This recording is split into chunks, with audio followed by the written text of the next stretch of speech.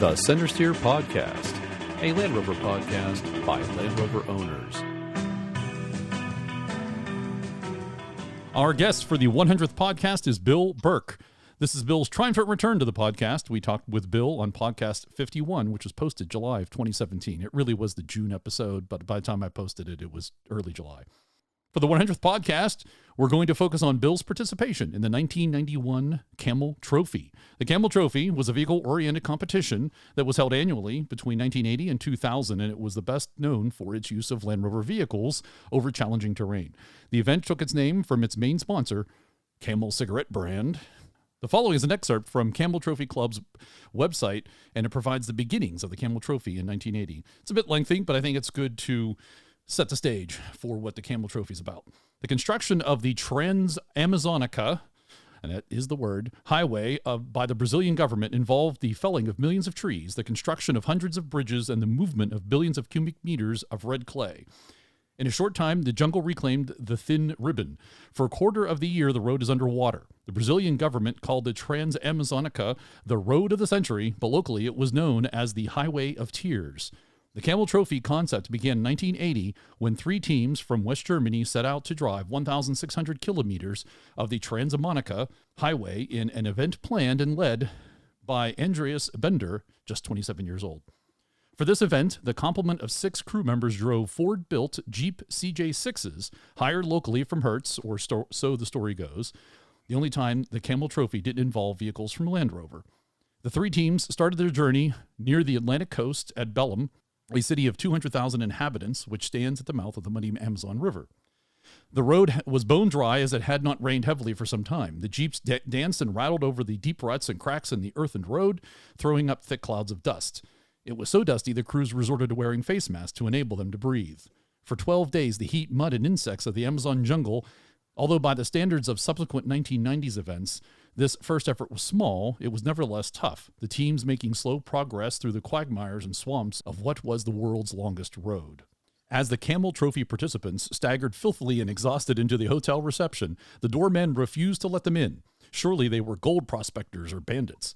The manager had to be convinced that the dirty adventurers are the gringos who reserved the rooms in the hotel. Behind the teams lay over 1,000 miles of dirt and sweat. The battle against mosquitoes and leeches, against hunger and thirst, against exhaustion and despair is over. It was not only a victory over one of the harshest jungle tracks in the world, but most of all, a triumph over themselves.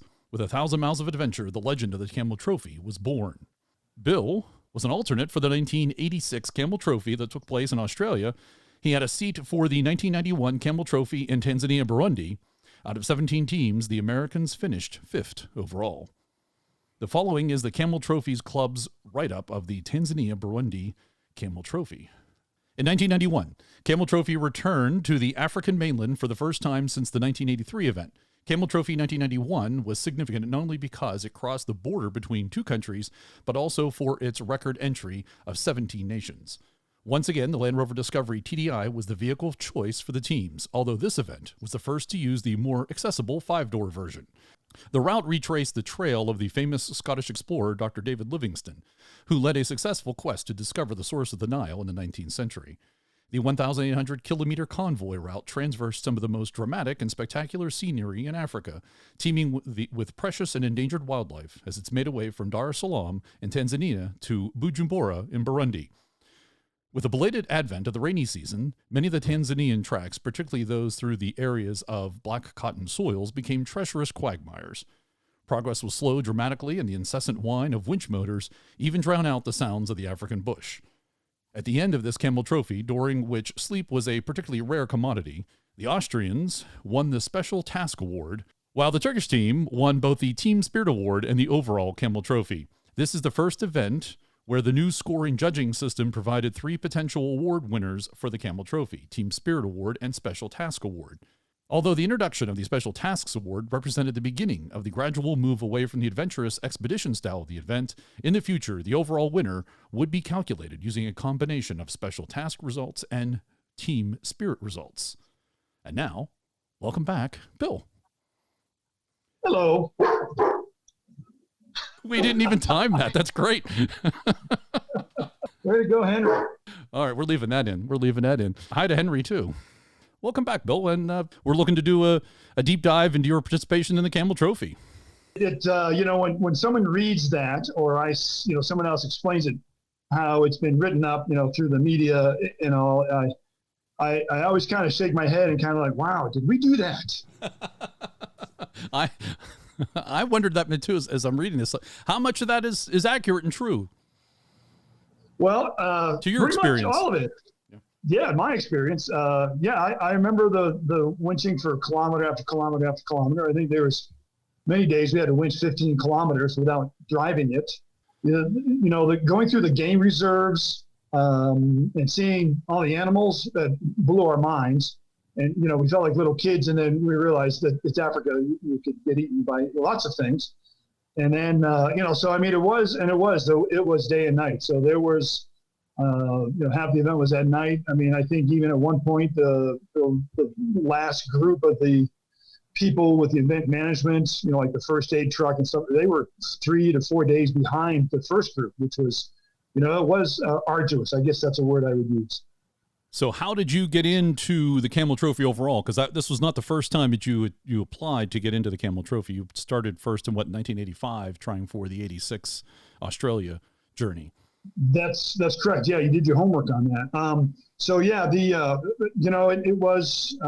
It goes back to my Army days, I guess. I was a mechanic in the Army, and one of the units I was assigned to had a couple of guys. They were Rangers.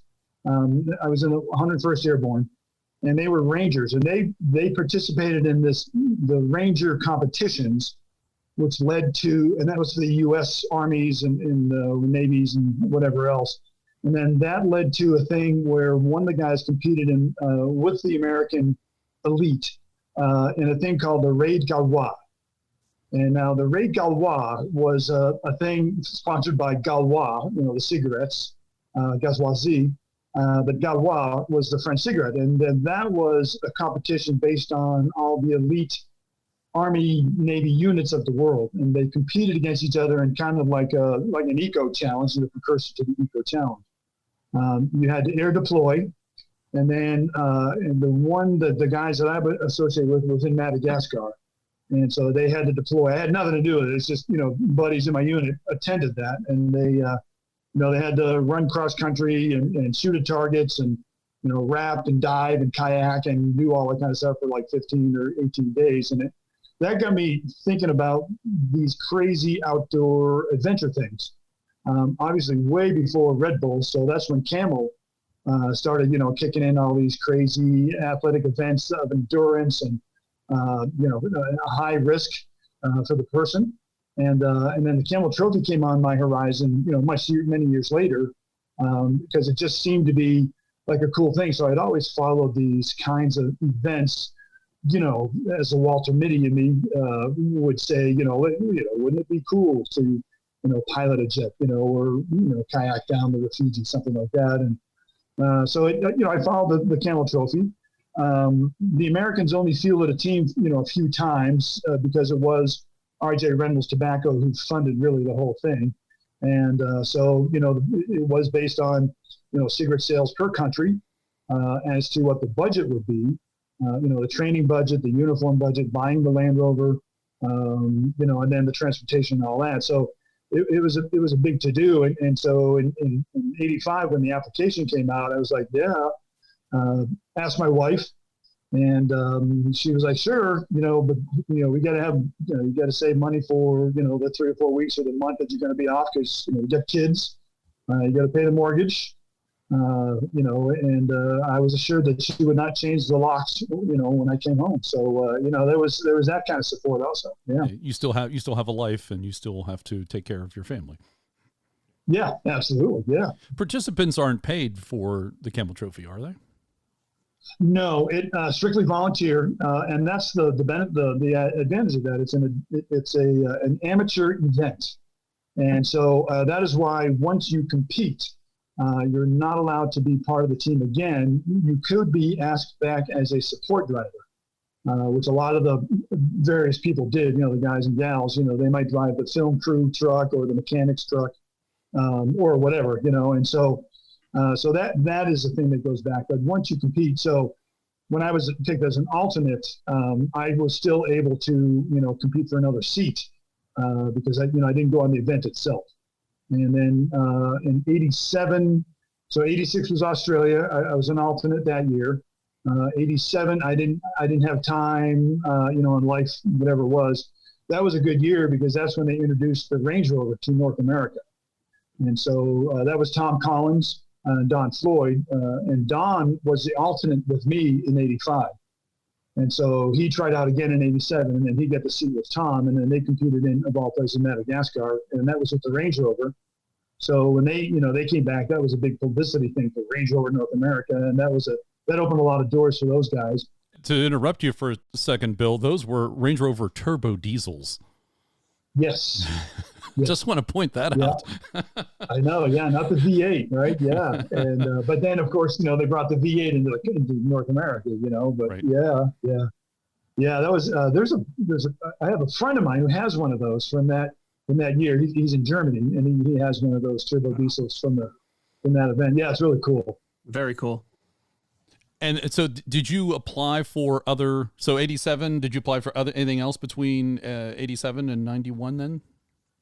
87, no, I did not. Life got in the way and I didn't have time to compete. The next U.S. team was 1990, and that was for Siberia, Lake Baikal and all that. And I didn't, and Tom, I knew Tom, and he said, hey, look, send an application in because you're an alternate from, before. And I said, I just can't do it. I can't take off. I had started this business, and it just, trying to start a business again, work other jobs, lumberjack, mechanic, all that kind of stuff. And so my wife and I, again, it was a joint decision. And she said, I think in 91, we should be able to have the funds, for you to go away for a month if you get the seat.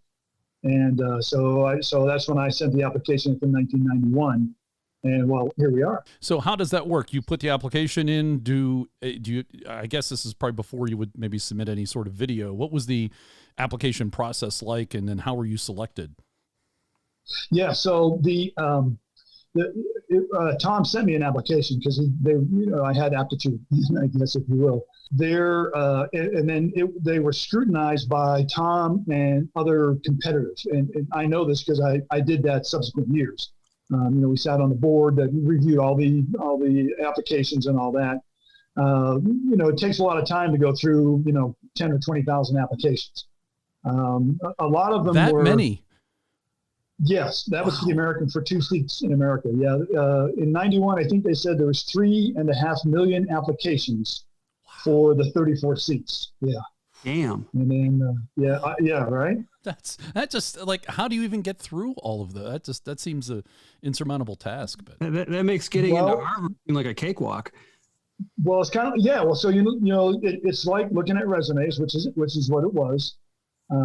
And so so what I know now, they want to look at an application that is stellar, right? If it's printed or typed, doesn't matter, but it should be clean, legible, and the language and the English should be correct. All of the cross the T's and dot the I's kinds of thing, your passport photo, can you do this, this, and this? Do you check it off, or does it just sound like BS? And, I had skill sets. Because of Boy Scouts and the military and life experience. So that put me right up there. Orienteering, I was physically fit. I could run a 6-minute mile, which is one of the requirements. And, was I a mechanic? Yep. Didn't know how to drive a winch while I was doing that in the Army. So I had all the skill sets. I just had to prove myself. And so that got me in the door. And then when I was on the team the next year, that's a selections process, I realized it was pretty brutal. Like if there were a misspelled word, it tossed. Yeah, exactly. And if it was like, do you chew tobacco, all this weird little stuff, that one knows when you're reading a resume, it's like a test. If you know how to read the test and know how the person is answering the test, then it saves a lot of time just by looking at 5 or 6 key features and then you move on to the next one, right? Let's say, especially with so many applicants that you're going to use those minute requirements. Did you spell words correctly? Did you, put the comma in the right place? Because they can. Yeah, that's correct. That's right, Harold. Yes. Yeah. Was there an interview process as part of the follow-ups, or I mean, I'm assuming they weed through these 20,000 apps and then they have to narrow it down. Then there's another step to where they arrive at 2, I would assume, right? Yes. Then there was, and Tom would do this. He would call the top 100 contenders. It might have been 90, but 100 was a number that mentioned to me a couple of times. And he would call and do a phone interview, and speak to the person and see, how they sounded, how they backed up, because it's a marketing event. Let's face it. It was a big marketing thing. And so they wanted someone who was well-spoken, carried themselves with confidence. Hence the language skills requirement. That is correct. Yes. Yeah. So there was that phone interview, and then in 85 and 86 and 87, Tom was not involved with it at that time. There was a group from RJ Reynolds, the marketing people, and 1 or 2 people from Land Rover who did the interviews, and they got it down to 20 people. So in 85, when I tried out, there were 20 people that I had to compete against during the weekend. And then in 90, they got it down to 10 people. I think it was a little bit easier to handle cost-wise. They got it down to 10 people that we had to, internal compete, I guess, against each other. So this is, you mean just the Americans? Correct. Yes. The American selections. Yes. Okay. And then did you have to go somewhere? I take it in America for then that round? Yes. In 85, we all went to Sears Point Raceway, on the other side of the bay there in Marin County, California. And that was a 3-day, Friday, Saturday, Sunday testing process. And we had to run, jump, scale tall buildings in a single stride, that kind of thing. Everything but driving fast, which is what the place was built for. Yeah. And it was interesting because of the history at Sears Point. They didn't want us on the track, of course, the mud and the debris. So we had the outfield, and then they put tents up like in the parking area there. That we stayed in, and I remember it rained most of the time there, so it was just muddy. And we were using. I was in awe because they had Mark Smith there, and then some of the other Camel Trophy guys, that helped out in the earlier years. But Mark Smith, he was a legendary Jeep person. Did the north-south route through the Darien Gap with a bunch of Jeeps, obviously after the Land Rover people did, but, he did that and, wrote books on Jeeping and started Jeepers Jamboree and all that. So I get to ride around with him, and we were in his Jeep, pretty well set up Jeep, CJ, and he would say, okay, go here on the driving course, and I would drive down the course, and then he would say, okay, go over here and drive this on the course. I would go over there on the course, and drive through the mud, and it was open differentials. We weren't allowed to use lockers, and go up this hill and all that. And it was kind of funny to this day at Chuckle. It's got nothing to do with ego, but it was. I'm a damn good driver, I'll say that. And so he was like, muttering, kind of like, damn, I can't get you stuck. And I'm like, well, it can't be that hard. So I just drove into a hole and got stuck. They wanted to see how I could winch, and they were trying to drive me around to see if I could get stuck. And I'm like, all right, well, I'll get stuck, So yeah, all he had to do was ask, right? Yeah, Would you it was please like get stuck? Yeah, I mean, it was a well set up Jeep, 33 1250s. In the early days, that was a big tire. So I mean, it's hard to get stuck if you know how to drive. And so that was funny. It was, so then I could demonstrate my winching skills and all that, but. And that was competed against 20 people at that time, with the running, orienteering, driving, wood skills, bushcraft. And then they had personal interviews, which was pretty intense as far as from the marketing people and RJ Reynolds. And then in 1991, when that was in 90, like in December when they did the final selections for the U.S. teams. It was basically the same thing, but I was okay with it all because I I had a good upbringing, right? I was taught to speak correctly, you know. Yeah, as the British would say, you had form. You had been there before and had gone through some of those activities already. Where was the American 90-91 selection process? So after that, because Tom was involved with it, he lived in Carbondale, Basalt, actually, near Aspen, and Grand Junction had a big OHV area. And so they get the permits to do the selections in Grand Junction. Many reasons. The airport, leap forward way ahead. That's why I live here in Grand Junction. Because the airport and the OHV area, phenomenal for training, especially in the wintertime because it's just nasty, sloppy terrain. Very difficult to get around in, and requires winching, et cetera, et cetera. So somehow they it moved sounds more suitable than Sears Point. Two things. I think the expense of getting people to California, and then putting up whatever 10 or 15 or 20 people in Sonoma, let's say, right, versus Grand Junction, which is Grand Junction, which is Western Colorado, a little bit more affordable ultimately, and the terrain we could drive because it's a huge OHV area. We call it behind the airport. You can literally drive cross country and throw trucks in a ditch on their side easily. So the venue just made sense from many levels. Yeah. So you were in Grand Junction, and that's the selection process for 90 into 91. And I take it then that you're a participant or you apply as an individual, not as a team. So when do they match you with the person, or is that just whoever the two ending or the two winning, if you will, participants, then they just become a team? Is that how that works? Yeah, absolutely. That I did not know my partner. I lived in Denver at the time, so I didn't have to fly. So I drove over, checked in at the hotel from Denver to Grand Junction, checked into the hotel, and felt the immediate scrutiny, if you will, because they had the guys from 1990, Fred, and sorry, I'm blank on their names. Anyway, I'll think of it here in a little bit.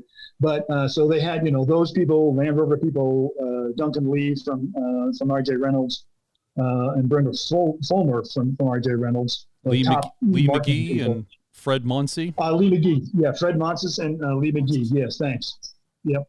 And so they're all there, but as you walk into the hotel, I could feel the eyes on me as if they're sizing me up, which is what they're doing. So that's what they're there for. Yeah, absolutely, Harold. They're looking at us.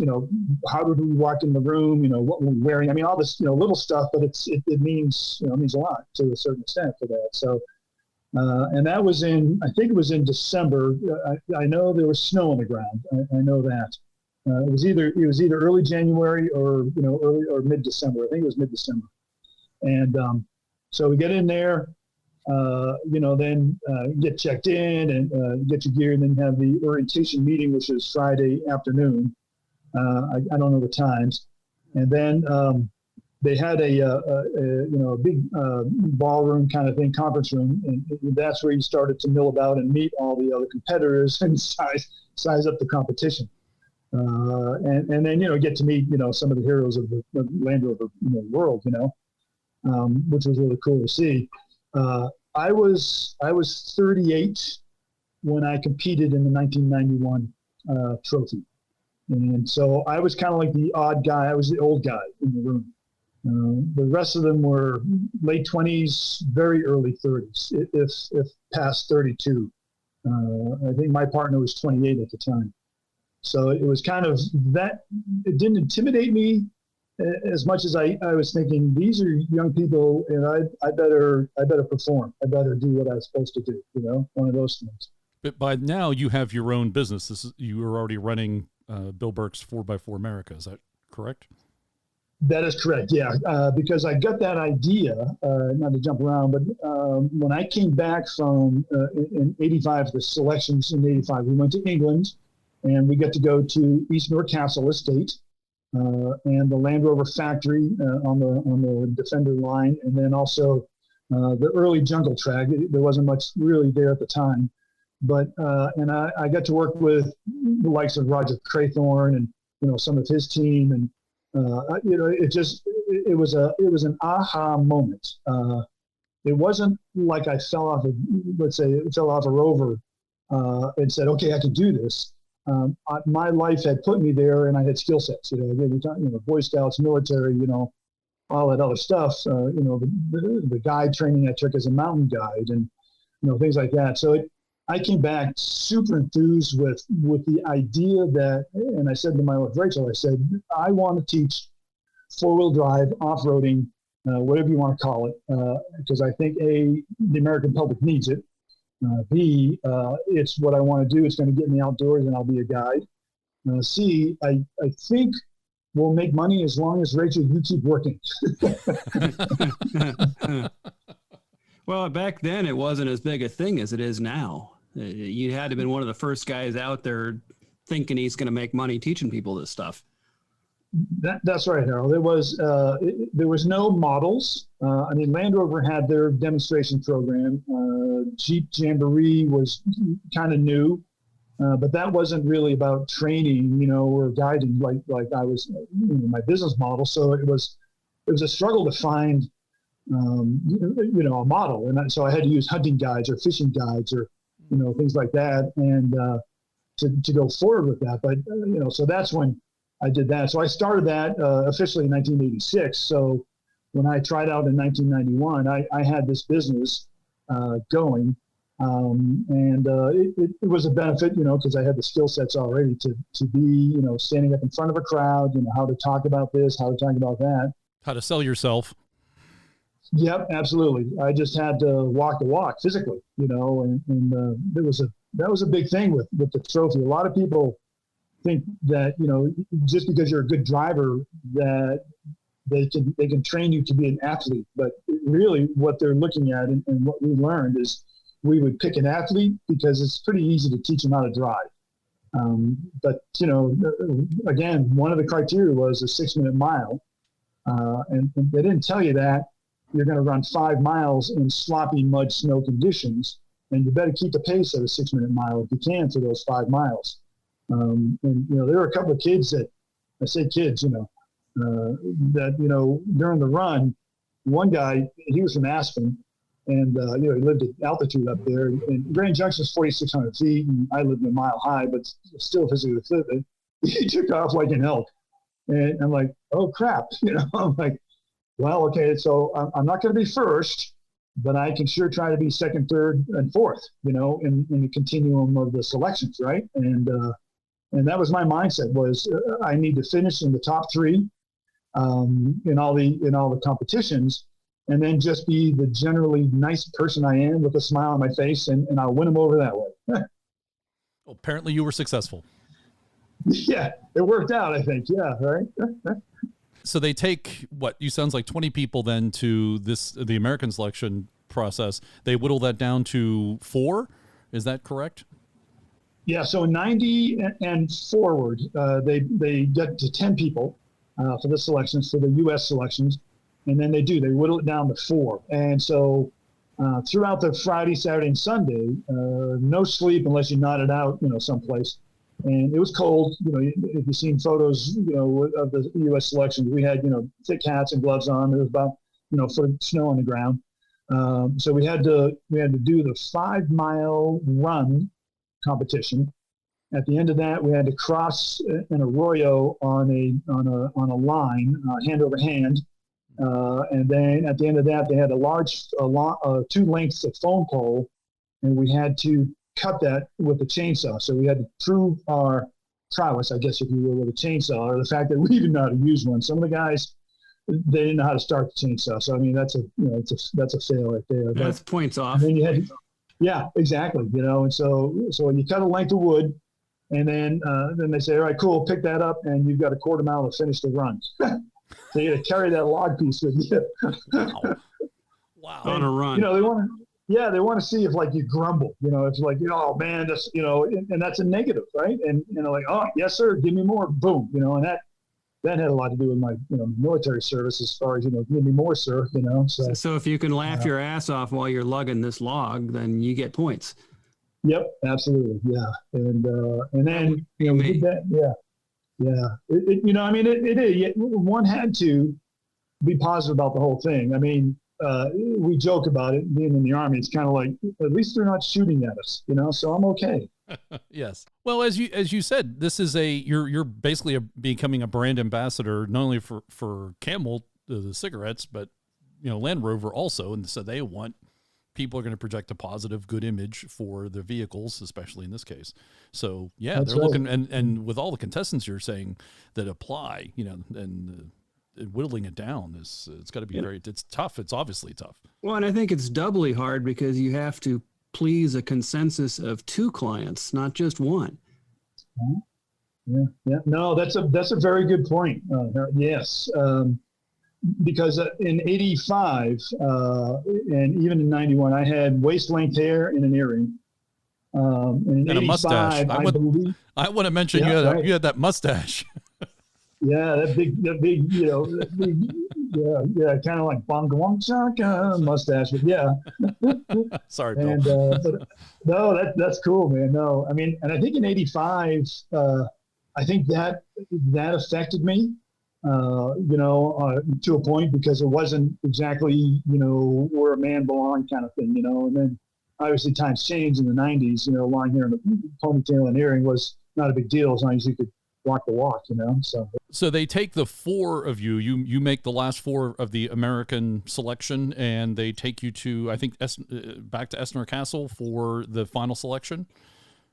Yeah, I think for us they did. They took us to actually we went to a French chateau called Chateau Jamville, Jambville, Jamville, in the north of France. I believe it was either owned by the French Boy Scouts or by the French Army for their kind of elite training grounds and all that. So it just seemed like a really big special operations, going on there in like a Boy Scout thing, So, and so the 4 of us, at that point, the American selection group knew who they thought the team was going to be.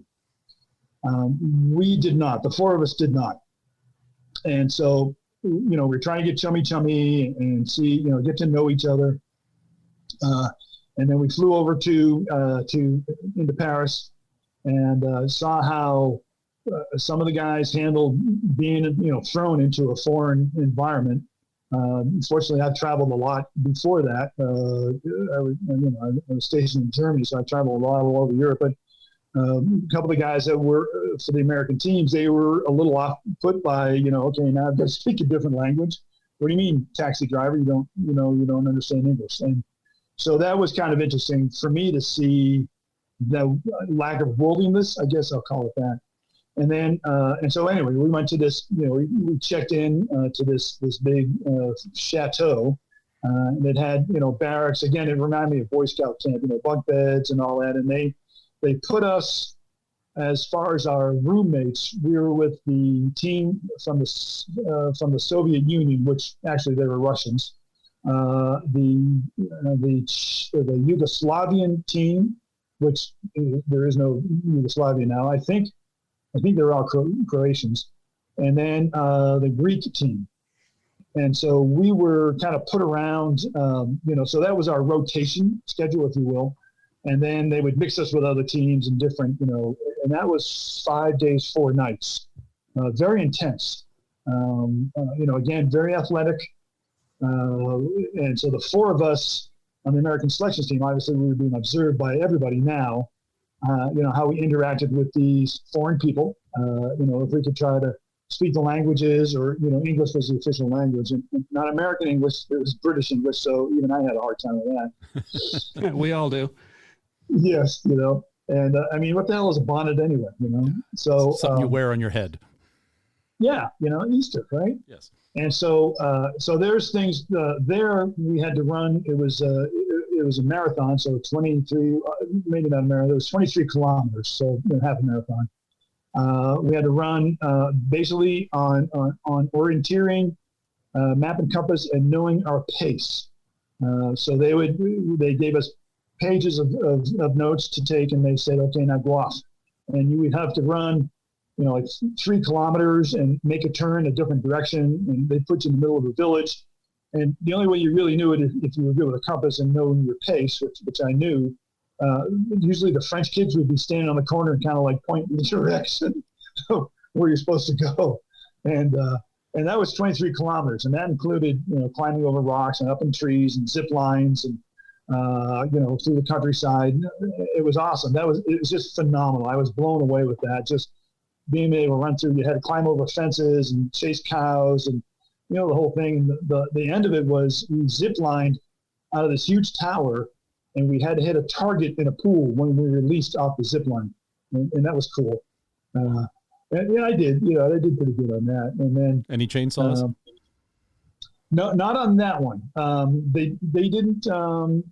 They did the next day. There was an orientation on this is how you use a chainsaw, and they had all these steel chainsaws, and it was kind of like whatever, because one of my jobs when I get out of the Army, I worked at a lumber mill, so I know how to use all sorts of chainsaws, and so it was no big deal, do that. But what they did was they had a diesel engine, a Land Rover diesel engine, on a stand, and then they had a bunch of about 8 or 9 pieces of paper in a hat. And I pulled out of the hat, and I had to replace the camshaft and get the timing correct with the valve overlap and all that when I installed the camshaft back in. So that's intense. I mean, if you don't know the way around an engine, to put a camshaft in and then check your timing gears and all that, that was cool. It's certainly better than drawing the slip that says you have to hand crank it to start it. And I think a lot of those guys wouldn't even know what a hand crank was because they were all new kids on the block. Right, but hand cranking a turbo diesel is a whole different thing. Yeah, they're all Electric Star Harley kids is what I call them. Oh yeah, I'm sure. And you're being observed this whole time. You're being watched by the selection folks, right? Absolutely. Even there they had all the CAMEL Trophy people. And the event management people that ran it was called World Brands, and that was an arm of RJ Reynolds International. And so, they had their people there, and then, there was, all the CAMEL Trophy guys, and then, of course, our people were watching us. And their selections team was very intimidating. They were SAS, French commandos, all that, and it was to me it was just like going through basic training again.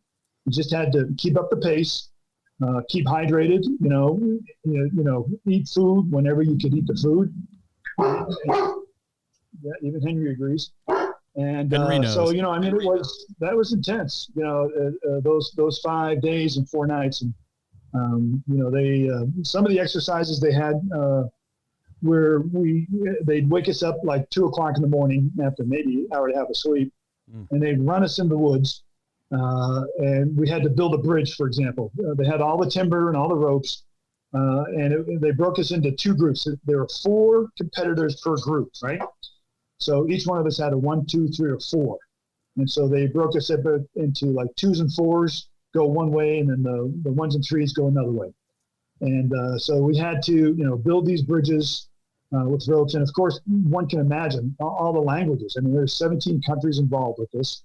Even though English was official, it was still trying to figure out, how am I going to tie this rope and show this person how to lash a bridge together when they may not know how to lash and they speak Japanese, So that was some people say it would be intimidating, but I enjoyed the hell out of it. I'm going to tell you that. And then we had to get a Defender 110, spotted across without it falling over. And then the next night, they got us up again around 2 in the morning, and they ran us about, I think about 5 kilometers, like, jog, like an airborne shuffle kind of thing. You had to keep the pace. And they took us into basically around to the front of the castle, and they had 2 Defender 110s. It's nice my audience knows what a 110 is. Sometimes I do this talk and they're like, what? And if they don't know what it is, they're listening to the wrong podcast. Really. They had two Defender 110s, and again we split up into two groups.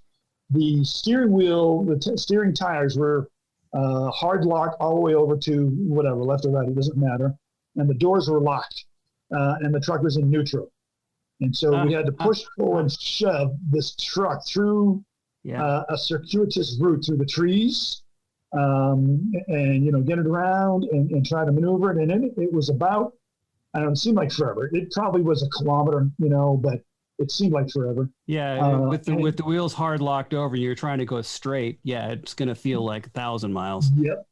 And so, we learned that we could bounce the snot out of the front end and then shove it or pull it based on when it was in the air. And that's how we steered it, the Ford truck, When I was in high school, we used to do that to little cars in the parking lot.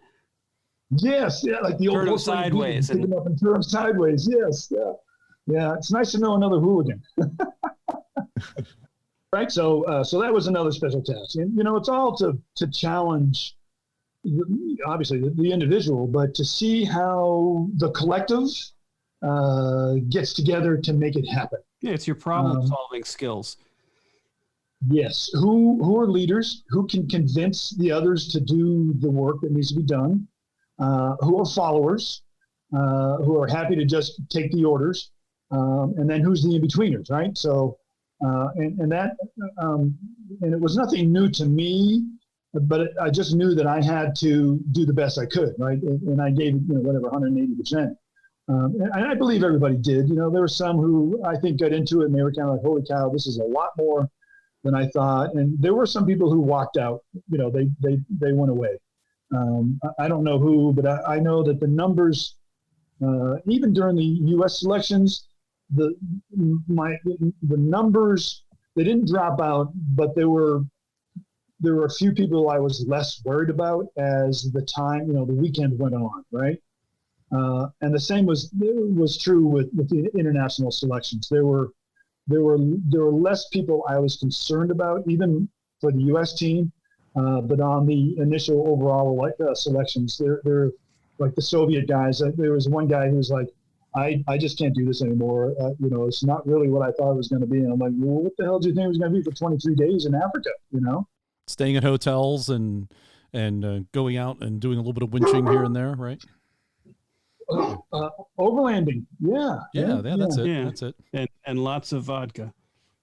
I will tell you that they, on the event, their embassy supported them 110%. So when we met up at fuel stops, I know we're jumping ahead, but that's where it goes. When we go to fuel stops out in the middle of the bush somewhere, there'd be a fuel truck there. Their embassy, somebody gave them like bottles. We thought it was nice fresh water. And it's Russian water. And crackers and caviar.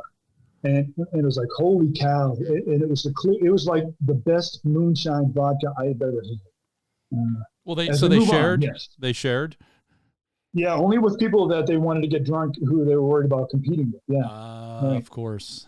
Smart. Mm-hmm. That's Smart. the team spirit. That's a strategic thing. Yes. Yeah. So, how did you find out you were selected as one of the two of the American team for 1991? So the last day, our guys, Tom and I think Lee was there, and then I forget who was representing, the U.S. Maybe Duncan Lee or somebody was representing the U.S. RJ. Came in, sat us down for like a final interview, and said, "Congratulations, you're going to go to Africa." And I was like, "What? Really? Really? After all this?" Yeah, and I thought, oh shit, Rachel's going to kill me, Yeah, and then, but then, big pomp and circumstance, because everybody there, got a little certificate and a bottle of whiskey, and an attaboy, and then a big banquet at the end of the night, and, they handed out the CAMEL Trophy watches and, all the swag that one gets. And then, that's when Webb and Webb Arnold, who was from Grand Junction at the time, that's when we had a feeling, but that's when we knew, okay, we're partners.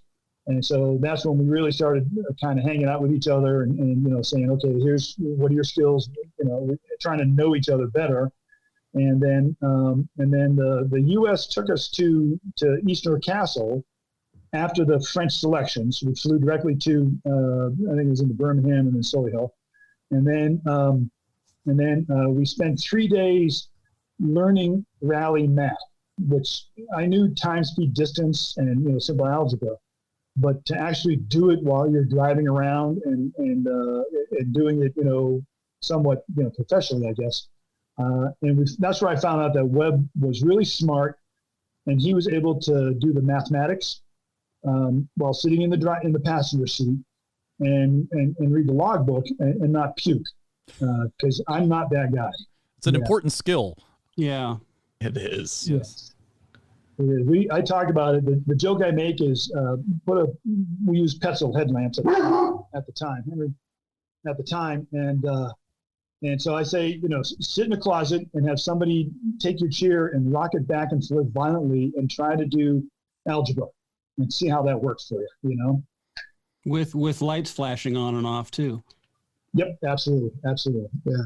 So he ended up being the skilled individual on that end. He was an okay driver. I'll give him that. Very strong on navigation and very, very physically fit. And then I ended up being the driver for all the competition stages, and then the driver for a bit more than half the event itself.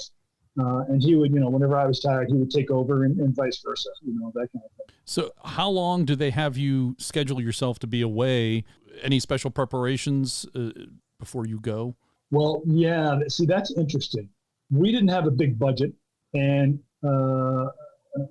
without disparaging the U.S. selection people, they tried to get us together, but work and all that other stuff. So basically, I drove over from Denver to spend a weekend with Webb on going over tulip charts and navigation and getting used to each other for getting out of the truck and spotting and winching and who would do what and just trying to build a team. What we did learn is that other countries would actually take their people and put them aside for a week and let them do their kind of advanced preparation for the event. And so subsequent to 91, Webb and I thought we need more money. And in 92, there was more training as far as learning the rally map and learning how to communicate and learning how to be a team. Webb and I kind of did it on the fly, and I'm happy we did okay. But I know that when we came back, he was very involved with the training because he lived in Grand Junction, and that's where they kept all the rovers. And then Tom lived in near Aspen, near Grand Junction, and so it was just easy for them to train out here, and it just worked out to the benefit. And so that he was very instrumental in helping train the other teams. I did the best I could, given the time and all that, and we had a couple of high placing teams after that. Yeah. So you arrive in Tanzania for, I guess, Dar es Salaam. Yes. For the event. I guess take us through whatever's there that you wish to point out. I did watch one of the videos that's out there, and I think it's the official CAMEL Trophy 1991 video, which I will have a link to in the show notes for our listeners to see. Bill, you're in it a number of times. One would hope. Yeah, the long flight over. So we left here it was in May, right? So we left here, snowy, cold Colorado, and there are no nonstop flights Denver to Dar es Salaam, just in case people are wondering. No. We Denver. Where did we go? Denver, Charlotte to Geneva, and then Geneva into Dar, because I think everybody met in Geneva except for the Japanese and the Russian team, who flew, I think, pretty much right into Dar because from Japan. At that point, they could run a charter from Geneva down, huh? That's exactly. We had a 747. It was full. There was a few passengers that I remember, like regular people, but the rest were journalists and the teams and staff. And it was, holy cow. On a 747, you go up and down. It was just short of a party, of course. because everybody's pretty sober about the competition. I mean, there were, every once in a while you were offered a beer or a drink or something like that, but people were kind of like, yeah, I don't think so. We're gonna be straight and be competitors. We'll wait for the after party, and bring The that flight up. home, I bet, was very different in that regard. Very much so. Yeah. The last award ceremony when they gave it to when they gave the trophy to the Turks, the whole place went crazy. There was a pool. The rafts ended up in the bottom, and nobody was dry. Even the staff, the waiters, the poor waiters, they thought they were going to get killed. Everybody went in the pool. It was We won't blame it on the hooch. Yeah. No, of course not. No, of course not. No. All right, so we fly into Dar es Salaam, and I get off the plane. I'm all wobbly, and I think I used a weird English word to get off. But my wife used to like, Bill, I can't believe you said that. That's the first thing you said was it was a weird English word. I can't remember what it is, but you'll see it. They'll see it. And but so we get off. Get on the bus, go to the hotel to get checked in. It had to be, sub-equatorial, right, in Africa. So it had to be 100 degrees, 180,000% humidity, that kind of thing. And we're all excited, long plane flight. So we go over and get checked in, check our food, check our bags. We were allowed 2 Pelican cases and then a personal bag that we could carry on. And so we had Webb and I and the 2 journalists, and we'll talk about the journalists in a little bit, because John, you'd like this, one of the journalists. But we split all the food up amongst the 4 of us, and then whatever personal gear. So all of our backpack food that we're going to carry, we planned a 30-day menu of, quote, healthy backpack-style meals with oatmeal, lots of fruit, freeze-dried vegetables. And then we were going to supplement it with whatever we could pick up at a local village, like take a chicken and whack its head off, that kind of stuff, And so, when we get in, we checked all that kind of stuff out. And then our journalists, one was a print media journalist, Robert Young Pelton, who's kind of a famous journalist. He's written books on, the dangerous places in the world and why you shouldn't go there, but he went there, of course. He was a hoot to have. He was a lot of fun, had a wry sense of humor, and he had a money belt. And so we always like, Robert, go get us water and food. And he would wander off and come back and there was grocery bags full of stuff. So he was a good guy to have. Looking at his photo, Bill, I can see why you had the mustache you did. I think you're trying to emulate his mustache. Yeah. There's a competition. We won't go into that. This is a family show. So yeah. And then the other journalist was Barry Mon, Maughn, Mon. He was I guess, an announcer for Radio Free America, and his listenership was South Africa and South Asia, and so he was on there because he would interview us, much like what we're doing now. And then somehow would get the tape off to someplace, because this was before satellite, and certainly before Wi-Fi and cellular. And so he would, interview us. So he had this huge machine with a mic, and it was a big battery box, like a big tape player. And then he would record all of his interviews. And so in every river crossing, he was worried about losing that. So he would put it around the strap around his neck. And we're like, Barry, if we roll this thing over, you're going to drown. He's like, that's okay. Everything will go with me. True journalist, Oh, yeah. Yeah, right. Then we go over to the garage as a Land Rover dealer in Dar es Salaam.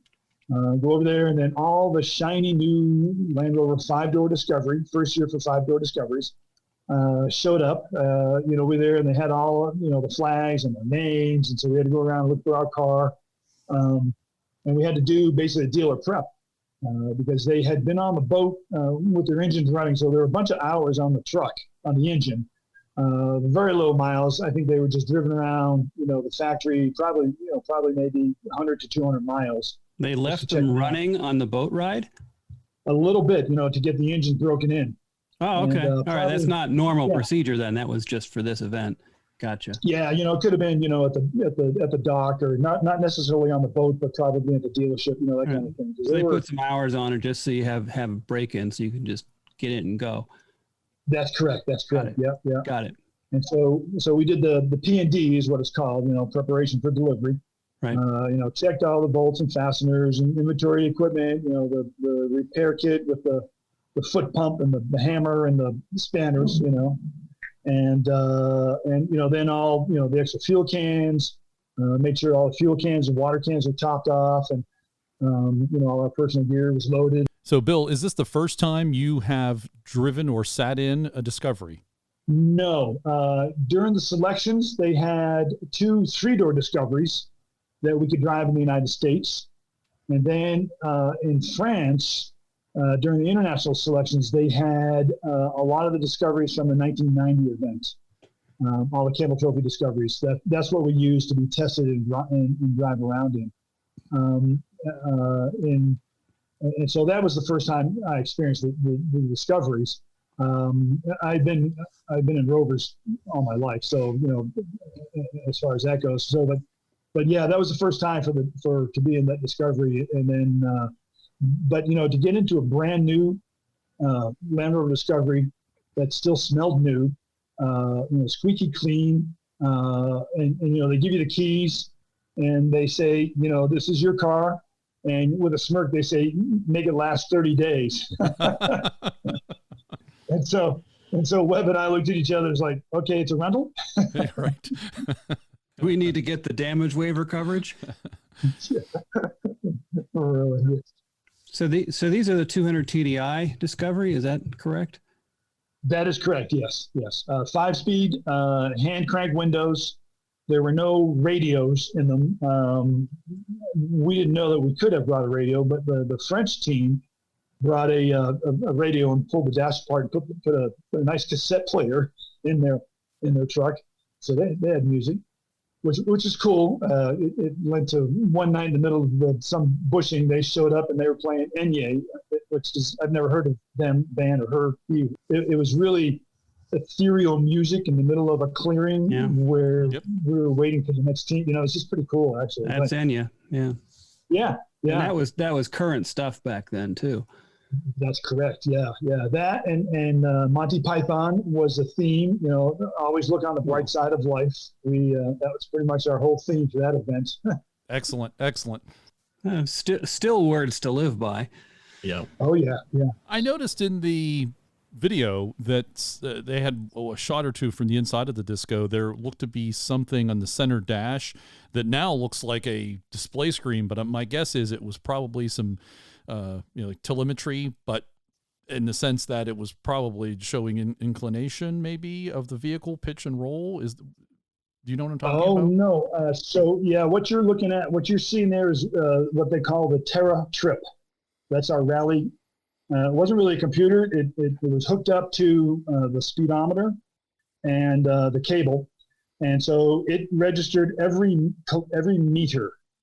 And if you know how to read it, you could even calculate half meters. And because during the rally sections and the cross country sections, we had to follow these charts that they gave us. And some of the turns were 3 meters apart, so you had to be pretty precise with your wheel spin. And your calculations as far as that goes. Yeah, so that's the Terra Trip, and it had 2 readouts. One was ongoing distance and time, and then the other one was your calculated time or distance that you could fix. So for every leg, you could recalibrate it to 0 and then get back up to speed again on that. So that's what we're looking at, Terra Trip. Well, it was called a rally computer back in the day, even though it wasn't really very electronic. That's right, Harold. Yeah, it was. It was. They had. I think they had 2 other. What I learned, because I had to learn how to read it. They had one that did compute the mathematics, but we were not allowed to do that. We had to use a calculator and a stopwatch. And so Webb had this. We figured out this big clipboard. It was a double clipboard. People know what a clipboard is these days, but it was a double clipboard. And on one side, we would pull up to a competition section. You didn't know when it was going to. It could be 2 o'clock in the afternoon or 2 o'clock in the morning. The only precursor to or reckoning of that would be you might see a journalist from the gallery, sitting beside the track waiting for the vehicles to come by. And as soon as we would see the first camera, we're like, okay, there's got to be a stage coming up. There are 12 special tasks on our event. And so you would pull up to a marshal and they say, hello, lads, how are you? And we're like, great, thanks, nice day, And he would give us 1 minute to read the instruction booklet and then start our time. So it's like Top Gear, you're saying? Yes, pretty much. Here's your the producers have given us this task. Only with competence involved. Absolutely. And they'd look in and they would say to the journalists, because the 2 journalists rode with us the whole time. They were part of our team. They could not help us with competitions, but they could help us, in other times, which was important because we became a team. So they would look in and they're like, do you boys want to get out and go over here and we'll get you places where you can cover it? Or do you want to stay inside the truck? And that was up to the journalists. It wasn't personal as far as we were concerned. They had to do their job. And so basically I would look at the first sheet and that was the overall instructions. And I would pull it off and I'd give Webb the rest of it. And he would look through the calculations if there were any, or if there were maps or, kind of weird instructions. It could be 1 page or it could have been 20 pages, right? And so he would put that on his left side of his clipboard. And if there were mathematics, he would immediately start going into the mathematics with his calculator to try to figure out the distance and times and the average speeds that we had to do. And I would read the instructions out loud. Okay, driver A is going to do this, driver B is going to do that. You will run on a course for 3 kilometers, and then driver B will take over the driving, and they will run a course of 3 kilometers, and you will run in the bush and cross a river and meet up on the other side, that kind of a thing. With compass or whatever it was, or if it were rally, then Webb would immediately start doing the time, speed, distance calculations and tell me go. And he would say 30 miles an hour or 30 kilometers an hour is your speed. Maintain that speed as best you can. And this is some days it was a dirt road, others it was nasty, muddy, creaky, jungle sections where if you get into a mud bog, you could add 20 kilometers by spinning your tires too much. And you'd have to reset your mileage and figure out where the heck you were. And, guys were getting lost. And we were a little confused at first, but we kind of picked up, we did 5th. It took us a while. It took us about 5 or 6 competitions to figure out how we could work together and how we could get the mathematics square. Once we did, we actually started doing really well. But the first, 5 or 6 competitions kind of hindered us on our score, ultimately, basically, yeah. So there was, in the video, there was one time they talked about where I think it was one of these challenges where you go get a spare tire that I guess was in maybe a ravine, I think. And then the other, so one person would get out, go get that. And then the other participant would drive around to the other side and then hook up, and but you had to bring that spare tire back to the disco. Is that what you're talking about? These special challenges?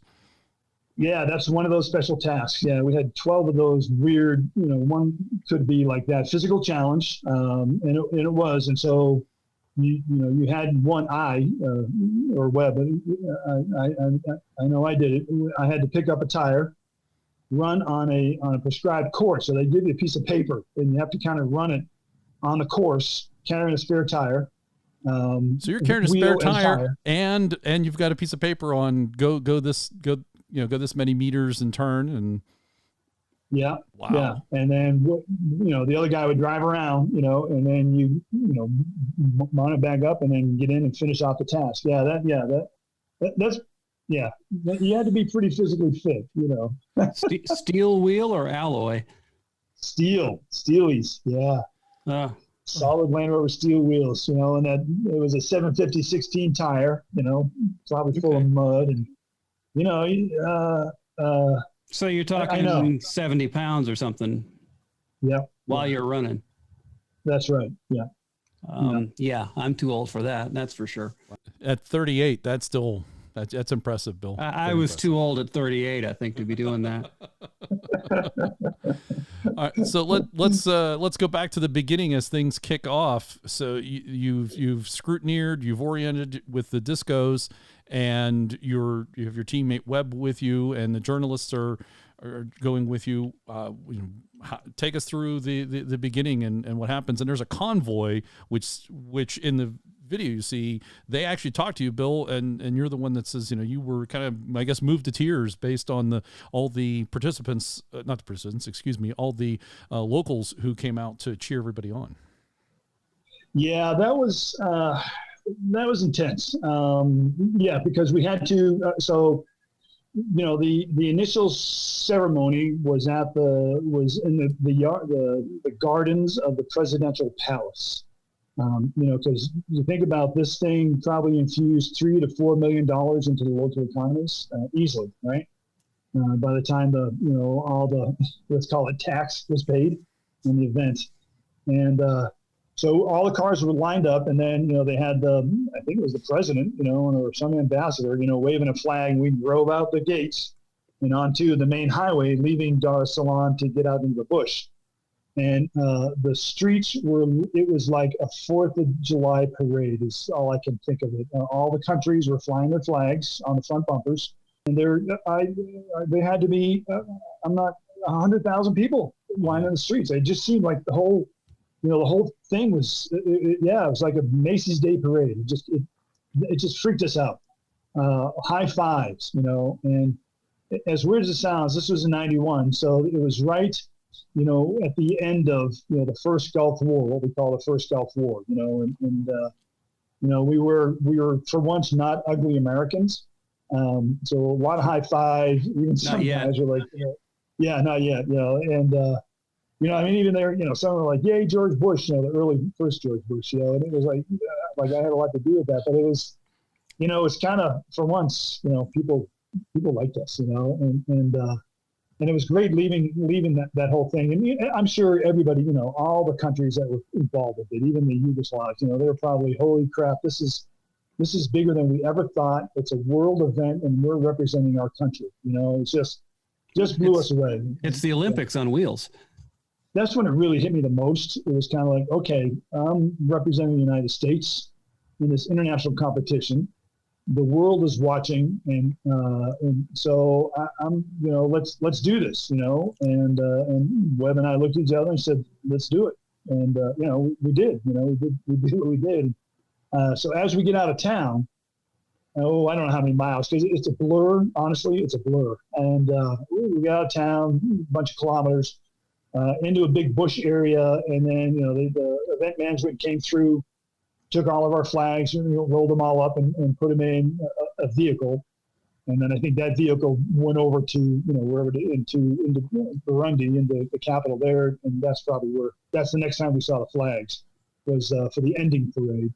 And then after that, we drove en masse. So it was a convoy for a lot of the event. And it's just the terrain made it hard on the convoy. There was 17 countries involved, okay, and they had a first aid truck. They had 2 mechanics trucks; those were all 110s. They had a raft truck, which was a high capacity 110 pickup, and then they had a communications truck, which was very early satellite. They had nothing problem with the satellite, but that was the communications for the press and for the event itself, and that was a 110.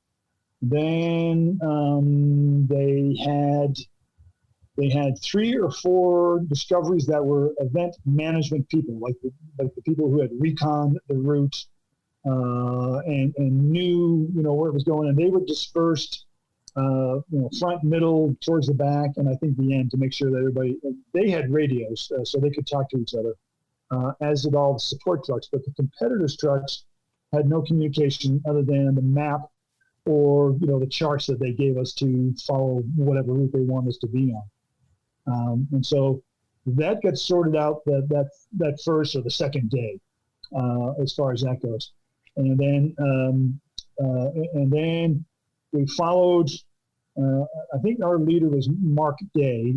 He was a British competitor years before. He became part of the staff, but he was the event discovery that was basically in lead for most of the event because he reconned it. He knew what it was. And so we kind of worked our way through the process of who could drive, who could navigate of the countries, who could drive well, who could navigate, who was willing to, do 24-hour days. And it ended up being the Americans, the British, the French, and I believe it was the Greeks that were with us. The first 4 or 5 trucks who we had to use compass orienteering for, 50 or 60 kilometers. We had to find the route, hack your way through the tall grass. And we were really good. The British was really good with orienteering, as Webb and I were. The French guys were really good at a lot of stuff, and they had wine, so we always wanted them with us. Well, there you go. Priorities. And, so that got us out into the bush for a little bit, and then the first competition stage was a vehicle maneuverability task. We had to, the instruction we were given, and it was one at a time. So obviously this with 15, 16, 17 countries, it takes time. And so they gave you a route book, a page, and you had to follow. It was pretty easy. You could just follow the tracks they had laid out, and it was a timed event. So you had to do it fast, and there was off camber, so guys were rolling over. They hit the off camber too hard and made the turn and rolled over. So they got, a DNF or something like that. And you had to go uphill and then back the vehicle up into what they call the garage. These are like trials, and then continue on the course. So that was the first kind of like ass kicker, if you will. The reality is like, holy crap, this is hard. This is really, we got to pay attention to the instructions. Do we follow here? Do we go back? Because you're looking at dotted lines on a paper. That meant backing. And then the arrows of direction, how do they do that? And so Webb and I were learning as we went. We figured it out, but that was the first, I remember that well. And I still have, we were supposed to turn in the competition sheets at the end of each competition. And I kept them.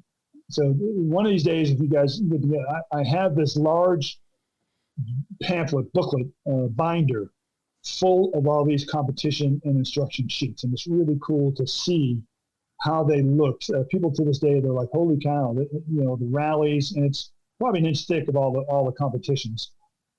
It's pretty neat to see, but I have a lot of them. Probably of the 12, I probably have 10 of the special tasks sheets in this book as a, memorabilia, right? It's really cool to see. So that was the first butt whooper. And all we wanted to do was hang on, and Webb wanted to win every one of them. And I was kind of like, in my theory, let's just finish in the top 4 each time. And eventually we'll get up there, Consistency.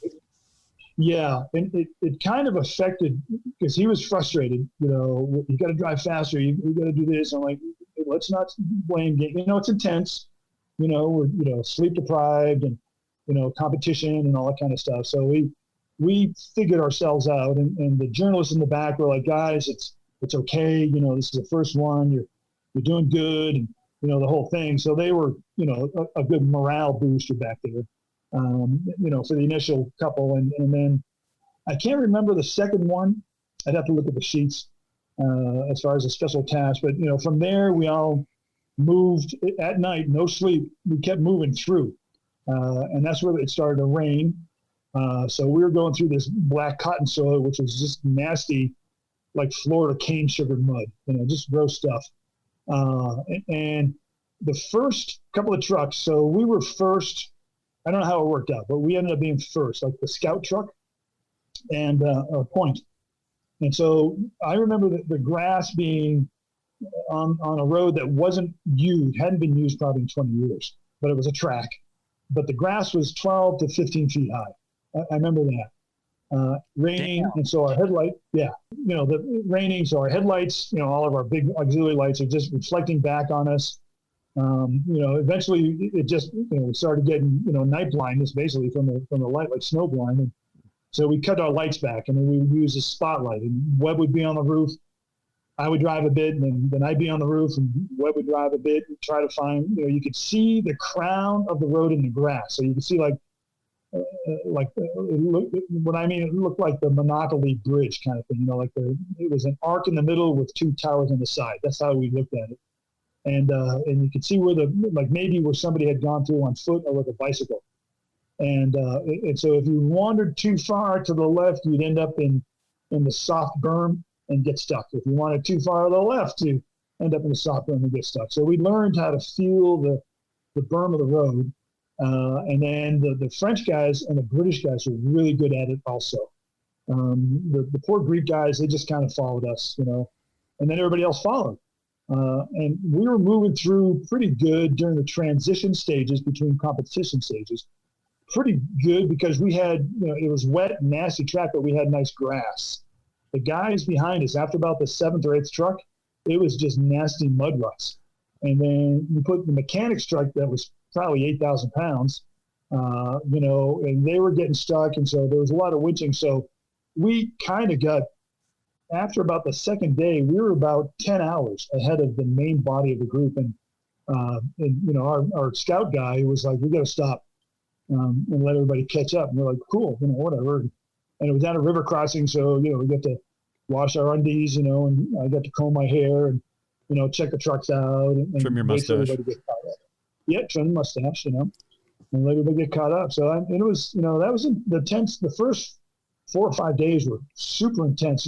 I don't think we had, maybe if we slept, it was in the truck while we were moving down. So we swapped drivers, and it was the same for the rest of the convoy, right? There were guys. I remember the Japanese guys. I think they won their seats by lottery. They put their name in a jar. Oh my! Yeah. And good for them. But I remember when they showed up when they caught up to this place, the back window was shattered from them throwing some gear in there, and they didn't realize that. I don't know what they were realizing. And then their truck was damaged. They seemed to hit a lot of trees. Just kind of, they couldn't. I think they overcorrected in the mud, and so when it would slide a little bit, they would overcorrect and slam into a tree. Poor kids. But that was the first 4 or 5 days. Yeah. Did the event provide you with tents and cots, or how were you expected to sleep when you had the opportunity? They provided the vehicle and all the basic kit of the vehicle, and then we had to supply whatever we were going to sleep in or on.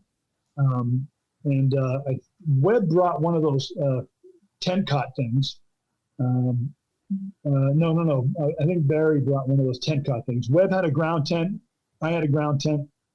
And we said we would share a tent if it came down to, let's just do one tent and crash based on space. Pelton, he had a bivy sack because he was tall. He's a big boy. And but a lot of times we just, Webb would sleep in the truck and I would sleep on top. Pelton would sleep on top of another truck. Because I couldn't sleep in a truck. Webb was shorter than me, but he could fit in the passenger side and sleep. He was gone. And Barry, the radio guy, he would sleep in the back seat across, Oh, that does not sound fun either. No. 4 guys in a truck for 23 days. Yeah, it was a perfume that you would not want to buy. I'll tell you that. Had the journalists been on the CAMEL Trophy before? No, and I think they did that on purpose to spread the journalism pool, right? Right. So I think it also adds to the wonder of it, and because I think maybe on your second one you kind of know what to expect, so you might write the story differently than if it's like your first exposure to this. I think it makes a different story. Or the journalists could assist the participants in what to expect. Well, that too. Yeah, on both accounts. Yeah, on both accounts, I agree. One could almost direct the story if they came back, and could help. And I think that's what they also want. They kept it more amateur, I guess, if you will. I think it also had to do with their reach. Could Pelton write for 5 or 6 magazines besides just a 4-wheel drive magazine? I think he wrote for like Outside and Esquire and stuff like that, right? And Barry, Voice of America, right? That was, that's a huge listenership. So the coverage was very important because that's where your, let's be honest, that's where your cigarette earnings are going to come from, advertising and the biggest bang for the buck, right? And you're coming out of the Cold War and you're competing against the Soviet Union, which is falling apart. Yep. Yeah. And of course, none of this was real time. It was all delayed or after the event. Yeah, the journalism reporting, that's correct. Yes, you're right, Morgan, because they were, as far as the press goes, they had to go back to the hotel rooms because there was a pool of press that followed us that didn't ride, and so they would take a helicopter or a bus out to the competition sites, and then they would go back and file their reports, and it was probably all using phones, landlines. And then or telegraph, maybe. Yeah, a very early satellite. They had the communications truck had satellites, so the journalists on the event could post. It was a huge dish, back in the early days. Right. Yes. And then, as far as Barry, the radio announcer, he would interview during the day and then at night edit. As you all know how that works. And I'm guessing he didn't have Audacity on his iPhone to do it with. No, probably not, So, and then he would give his tapes and then they would somehow curry it, to wherever the hell it went. Yeah. I mean, so you're right. It was as much as they tried to keep it timely, and there were dailies. We didn't have them in the United States, but the French, the Germans, and the English in the movie theaters, they would have dailies. And so if you went to see a movie, in France someplace, how they have the reviews, hey, the next coming movie, they would have the CAMEL Trophy, here's where they are now in the CAMEL Trophy, that kind of thing. So like the good old newsreels. Yes, cool. Exactly. Yeah. To the point that, and you're right, John, you mentioned, I was in the footage a lot. And with the bandana, and the long hair and all that other stuff. When we got back from the trophy, we flew into De Gaulle and we connected from De Gaulle airport to, I don't know where, New York or something like that. The French police, we had to wear our uniforms. When we got off, one of the guys is like, CAMEL Trophy, do whatever French, for cool, They say, Bill Burke, I know you. And they're like, okay, that's weird, So you're recognized at Charles de Gaulle Airport as a CAMEL Trophy participant. That's got to be heady there. It's got to help the ego. Yeah. It was like, wow, do I get some nice cheese or something? Like that. That's right. It's the moustache that gave it away. That was it. Yeah. Yes. And for you, Bill, a fine selection of our cheeses and wine. Yeah. Yes, exactly. Yes. Would you like a Royale with cheese? So we're back at the CAMEL Trophy, and we're still in Tanzania. It sounds like we're about 5 or 10 days in, and maybe pick up from there. So yeah, the rain and the craziness and the what they call the transition stages. So the convoy stages in between. Probably had it basically, probably had 8 or 9 competitions underneath us, rallies, transition stages, and it would be a very fast pace. So everybody knows about convoy rules. You drive with the person behind you, but if that person can't keep up with your pace, they kind of get left behind.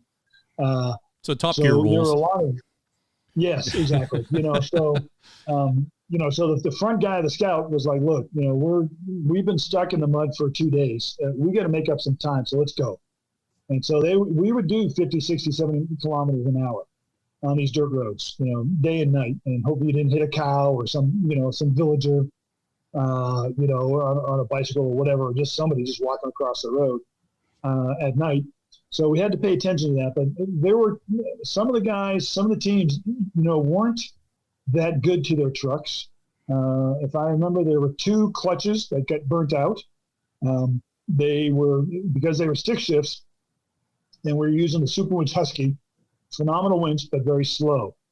And so trying to winch up a 40-foot river embankment, and then some of the guys didn't understand that they should not slip the clutch and burn it. With the mud and whatnot, we could put the trucks in first gear, low box, center differential, full-time, four-wheel drive, lock the center diff, put it in first gear, low box, and then just let the tires spin gently without stalling the engine, and then just continue to winch up through the mud and winch it clear right on up. Once you learned how that technique. Others would think they'd have to rev the engine and spin the clutch and burn. So I know for a fact at least 2 clutches got burned up.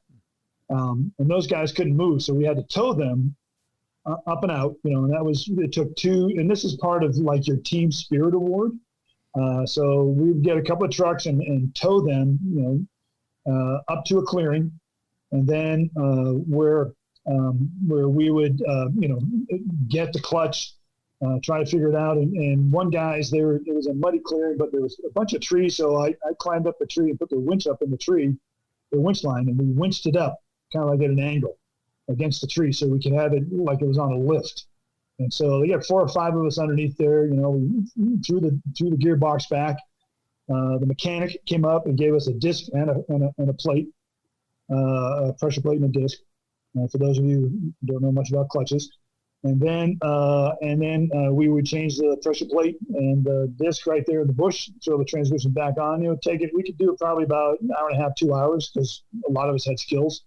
And it was all hand tools. So we did that. Webb and I participated in one of those. I know that there was another clutch. I don't know how they changed it. There was another vehicle mid-stride, maybe a little bit later.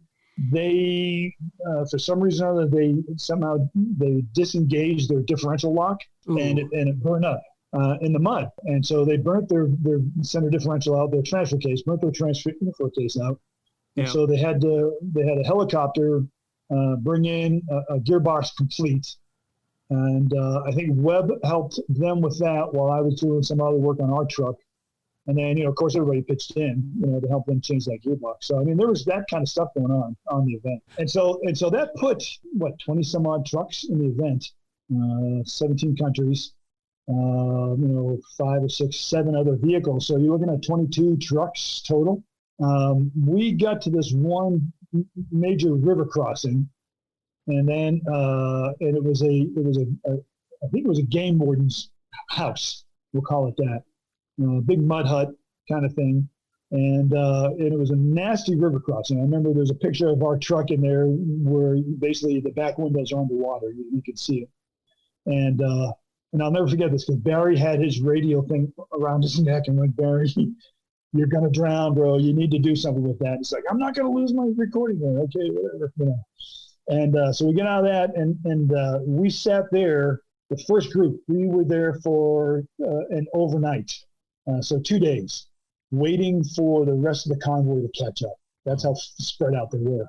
I think, I don't know how many distance-wise, but it took some of them, by the time 2 days came, it took, 3 days for the last, like the ragtag fleet of Battlestar Galactica, to catch up to us. Now there's a reference from the 70s, Battlestar Galactica, the ragtag fleet. Well done. The original Battlestar Galactica, the good one.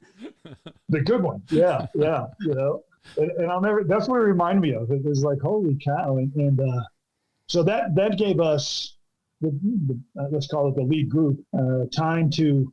We went into town to a little village, went to a market, for souvenirs, and we bought, some food, some knee-high grape drinks, and a bunch of meat bits. I don't know what they were, but they were meat of some sort. And then you don't want to know what kind of critter it came off of either. That's right. No. So yeah, we had a little rest and relaxation. And then there was another time, and so that was cool, to do that. And it was great to basically have conversation. We had a fire, and camaraderie around the fire, and telling jokes. And that's when you played the harmonica? The harmonica, yeah, because I'm known for that. Then there was another time that people were spread out, and we stopped. And we had another campfire, and that was a bit. The camera guys, the film crew, put lights around the campfire. That was kind of weird. And then they're like, "Bill, can you play the harmonica again?" I'm like, "Yeah, I can play it all the time because I know how to play it." So we played it again, and it was, it was great for those moments. I'm going to tell you that. It was great because we got to talk to the teams that we didn't normally hang out with during the convoy, right? So the Italian guys, I get to meet Carlo Rinaldi, and I'm still friends with him. We still chat back and forth, the Italian competitor. The Swiss journalist, he's come over here and he's done a bunch of trips with me in Utah and all that, and so those are the moments I think that really honestly make the CAMEL Trophy. Getting to learn and meet new friends, and then sleeping on the top of a truck and having elephants walk past you in the middle of the night. That's another thing. So the whole thing was quite awesome. Yeah. Any hippos? Yes, we crossed 3 major rivers. One was the Rufiji, a big river. And, the people were like, look, these things are underwater, so just drive your truck. They probably won't bother you, but if they do, just keep driving because they're big. I mean, they're big. Elephants, they're big when you see one. We were in a clearing after pulling an all-nighter, and I was on top of my truck, and Pelton was on the French truck on top of the French truck behind me. There were 4 elephants, and obviously we had used their trail from the river to get it like a deer trail, right? But it was an elephant trail, and we'd used their trail because it was cleared out, muddy, so we had to winch it. But we get to the clearing, I don't know, 3 o'clock in the morning, 4 o'clock in the morning, and as the swan's breath started coming up, I call it that, when the cool night air meets the sun in the morning in tropic, you can feel the breeze. And it was told me as a youngster growing up that that's what was called swan's breath. And so I call it that to this day. So when that kind of woke me up, these elephants were standing in the clearing. There were 5 or 6 of them. And I want to yell down to the car, guys, get pictures, but I'm just peeing my pants, right? So the elephants figured it out, and they walked between the back of my truck and the front of the French truck. And the eye was, what a Land Rover Discovery is. You guys, most of the listeners know what a Discovery is with a roof rack. I'm on the roof rack. We have an inkling, yes. Yeah, and I'm on the roof rack. And the eye was above the roof rack of the first 2 elephants, okay, their eyes. And the ears brushed the truck as they went past me. And down, the track that we just came up, and our scout guy got on the radio to the other people that were back there, because they were probably 3 or 4 hours behind us. He said, you need to stop for a while because the elephants are coming down the track, and you don't want to meet them on the road. And it's stuff like that still burns in my heart right now today. Well, we've just recently learned that hippopotamuses are the most dangerous animal in Africa to humans. They kill more humans in Africa than any other animal. They're the moose of Africa. Moose they kill more people in America. So it's a weird analogy. You're right. Yeah. So they were crazy. Crocs, going in the rivers. There's Pelton took a picture of one where I was going across this estuary to hook up the winch line. And Pelton's like, wait a minute. And he stood on the hood and took a picture, and there was a crocodile right in front of us. Now, I was raised in Florida, so gators and saltwater crocs, no big deal. As Boy Scouts, I moved them as one of my jobs as a Boy Scout. Moved alligators. Yeah, for my Eagle project. Yeah, that's a service project. I'm guessing. Yeah, service project. Yeah, so I moved a bunch. So I'm not being cavalier about that. But it's. It was only like a 5-footer, so, jump in, tap its tail, tell it to get the hell out of the way. Which is about 4.5 feet longer than I would want to be handling. There's that gecko on the insurance company. He's pretty cute. Yeah. There was one where it was at night, and again, I'm pulling a winch line, and I put a tree strap around this tree. It was a tree stump. It was about 6 feet tall. Pretty good sized tree stump, and I thought it was right in line with the winch and it was perfect, lined up. I'm like, oh, cool. So I hooked up to it, I got my headlamp on, and I go back. It's night, it's rainy, and so I give Webb the signal. We're online. I take the tree strap and I put it around this trunk that I think it's a tree trunk, and as we put the load on it, the whole trunk just falls apart, sawdust. It's a termite's nest, and so I'm like, oh man, trying to get the strap out of the way, and the termites are all over me in a second. The flying and the walking ones and whatever else was going on in there. I don't know. It was a big party, and they decided to put it to me. So I'm trying to get the tree strap, and Webb's like, what the hell's going on?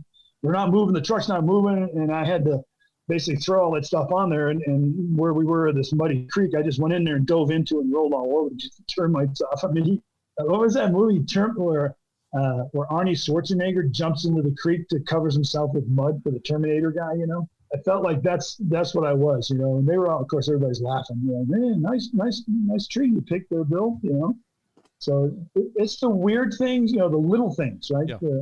Not worried about the croc, but the damn termites, they're up your pants and, all that stuff. Were you and Webb part of the crossing the river with using, I think it was 14 sand ladders? Or Yeah, that was a lot of those kinds of crossings because of all the rain, torrential would be the term, and then so it would wash out whatever little drainage, it would wash out. And there were several where, quote, the road or the track, went across these things, and they were like big suck holes. They were, if you were the first truck, you'd come up and there might be 25 to a 30-foot bank drop down into this, quagmire of a creek.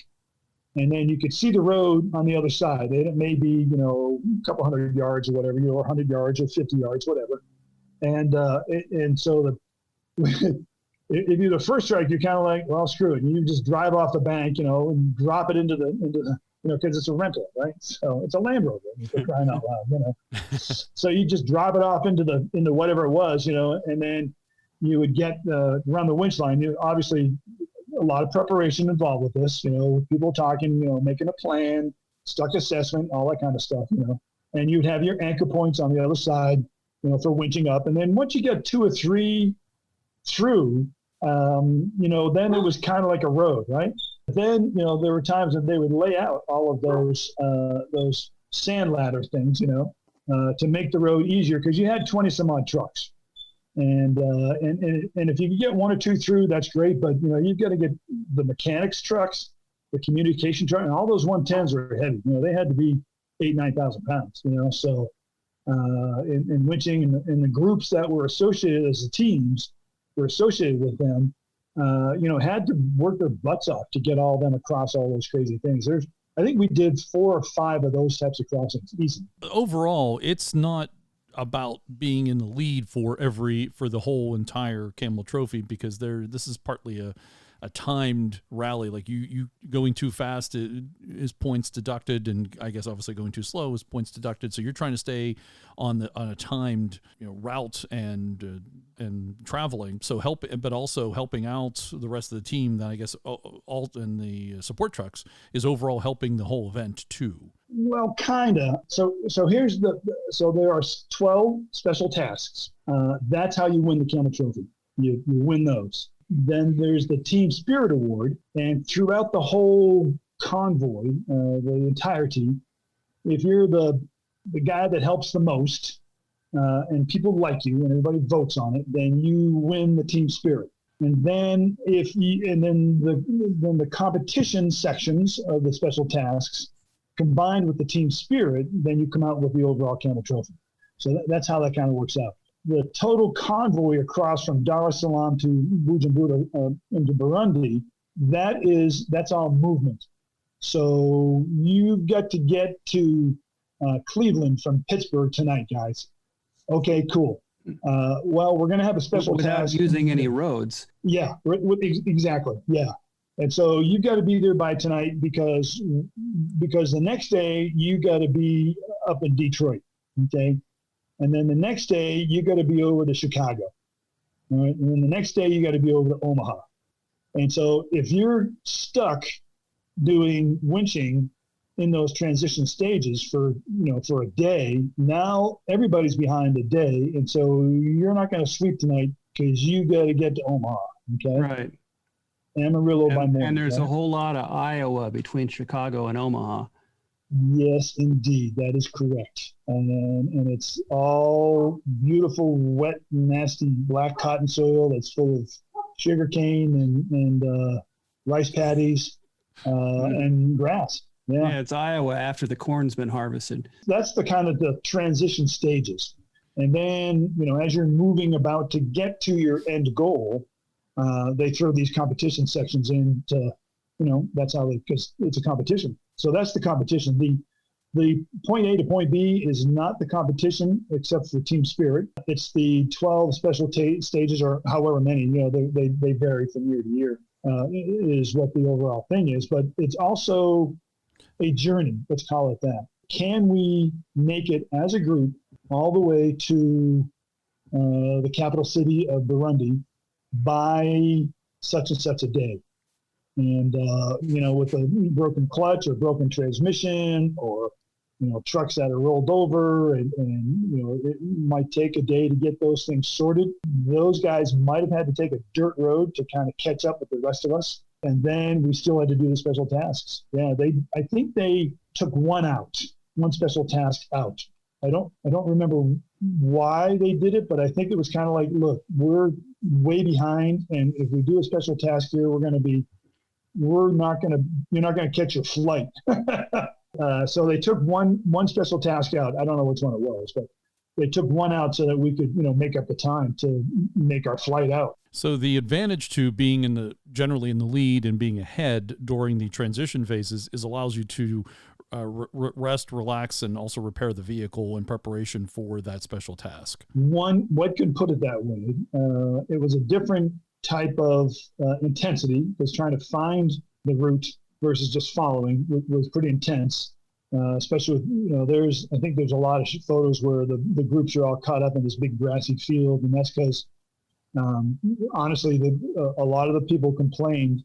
Webb and I joke about it. We call it the Mean Spirit Award. We were kind of on that end because they thought the Americans are always in the front, the British are always in the front. And you should let some of the rest of us get in front. And the manager was like, okay, great. So they put somebody in front. I don't know what team it was. I can't remember. And they couldn't read a compass. And to navigate. I mean, it's one thing to do an orienteering thing when you're told what the direction is. It's another thing to read from the terrain and look at the ridges, 100 miles away and decide how you navigate. And that put us a day behind just following those guys. And finally, that team and a couple of teams behind them kind of like, okay, we get what the difference is, So. The British are particularly good at that sort of thing, especially in the dark because, Lucas headlights. Well, yeah, and warm beer. Bill, we've been talking for quite a while, and this is fantastic. I love this deep dive into the CAMEL Trophy. How did it end? It's fun. At any club event, I'm happy to give a slideshow presentation to the club on this thing. It's a lot of fun. We're getting up into Burundi. We're along the shores of Lake Tanganyika, and we're following the sandy, wet tracks up into that area. And then the last special task was a vehicle maneuverability, which required us to drive the vehicle over 3 stacked palm trees. They were probably about a meter high stacked. And you could use your tires or your bridging material or whatever it was. And so basically you would drive into a garage and then literally launch the truck up and over the logs and get to the other side. And then the British got a penalty for doing it too fast. And the garages, the Japanese and the British had advantages because they were right-hand drive vehicle. And so they could get into the garage really quickly because that's how they backed in on the right side of the vehicle. And so they zipped in, and then they looked at the logs and they just launched their truck over the logs. You could see the flex in the frame on the truck. Check out the video. That's in there. It's amazing how short the distance is it took to launch that thing. Yeah. The disco in the air, and it comes down on the front wheels, comes down on the back wheels, and I swear it looks like it bounces on the front wheels again. Yeah, they did a number. Yeah, and that cost them the point. So after that, we're all pretty stoked, and we had this little route we had to follow through town, and they had built a big arch. Bujumbura is the capital city. Bujumbura is the capital city of Bujumbura, right? And what was weird to us is there was a weird vibe in the air, and we didn't really know it, but there was a civil war going on between I think it was the Hutus and the Tutsis. Weird names, but that's the tribal names. And so when we were coming across the border, and taking the trucks for our You Made It. Basically, they're giving us our plaques that say You Made It, CAMEL Trophy 1991, an award, and everybody got a warm beer as we drove underneath this big arch, with olive leaf laurels on our heads and the whole thing. As we were coming across that and took all the group pictures, as we were there, we could hear rioting going on in the distance. And the event management was like, we need to finish up here, guys, and we're going to go right to the hotel and to the Land Rover dealership and park your trucks. And they said, you need to get your gear and get on the bus and go. I mean, it didn't even give us a chance to kiss our truck goodbye. What I did, I think Webb was like, come on, we got to go. And so what I did was I grabbed the license plate off our truck and I grabbed the front placard that's on the roof rack. It says CAMEL Trophy on the front of the roof rack of the C&L CAMEL Trophy trucks. Good souvenirs. I grabbed that, and that's on my Defender 90 in the front roof rack on my Defender 90. So when people see that, it's not like I bought it, off eBay. That's the one that we used on the truck. And so we get to the hotel, and they have a big party, and they announced that Turkey won the overall. Austria did the competitions, and Turkey won the overall. I mean, everybody was pretty happy. It was a good event. Obviously, was I disappointed that I didn't win? Yeah, sure. But I did the best I could. And I believe Webb did also, and we finished fifth, which I thought was pretty good. And then, we had the big party. Then it was over. Then it was like, holy cow, we're on the plane back. I go back, and my wife had a big party, with all of our friends and some of the people at the different jobs that I'd worked at, they came out and they're like, holy cow, we didn't know that this was such a big, you represented the United States, Bill. I'm like, yeah. We didn't. How come we don't know about this? Well, because the American media doesn't know that much about it, compared to the European media. Or they don't care. Because it's not, it's not a big rock doll thing, but it's not NASCAR. Yeah, and although there's more wrecks on the CAMEL Trophy than NASCAR. I think that's, well, at least yeah, definitely. Yeah. So I mean, that's that's the craziness right up to the end. And people ask me, Rachel used to hate when I would answer the question, Bill, would you do it again? I'm like, oh, hell yeah. I would. And they did ask me back to be part of, the recon team and management and, to be that kind of thing, be that involved. But I had this business and, I had a family and I had to pay attention to, the fantasy versus reality, and honestly, I'm happy today on the decision that I made to stick with this business, and to do what I'm doing now, and then and to do that. But yeah, I would even now. I mean, I'm in pretty darn good shape. I don't know if I can run a 6-minute mile, but I could do it. I guess what the heck. An old guy can fantasize, right? How many days were you gone then for the event from wheels down to wheels up? I think total 23 days, and I believe it was 1,500 to 1,800 kilometers, so 1,000 plus miles. Yeah, the website says 1,658 kilometers. There you go. And I think that's start to finish. The rallies we did in between added probably another 400 or 500 kilometers on the clock. And then the days, there were a couple of days, beginning, a couple of days at the end, to get in and out, get on the plane, and then the event. I think the event was 20 some odd days. So what became of the trucks? Boy, it's a very sad story about the 91 Teams truck. And I don't want to throw anybody under the bus on that. I think they brought the trucks back in 90 and 91, but they could only be used for off-road use here in the United States. Elsewhere, you could register them, like a lot of people buy them, the CAMEL Trophy trucks, right? But ours, because of EPA and all that, they can only be used off-road. So we used them, we trained subsequent teams. I think the guys, Ken Cameron and his truck, I think he's got his truck now. He's using it. He drives it. It's a daily driver.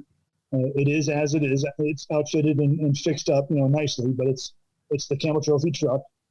The 92 truck, I think, just went on Bring a Trailer, and it sold for some good amount of money. I think that was Jim West and Dan Amons. That was their car. It's from 1992, and I think it was in pretty good shape. They used them. The 91 truck, I think, went to Belize at first, and then it came back.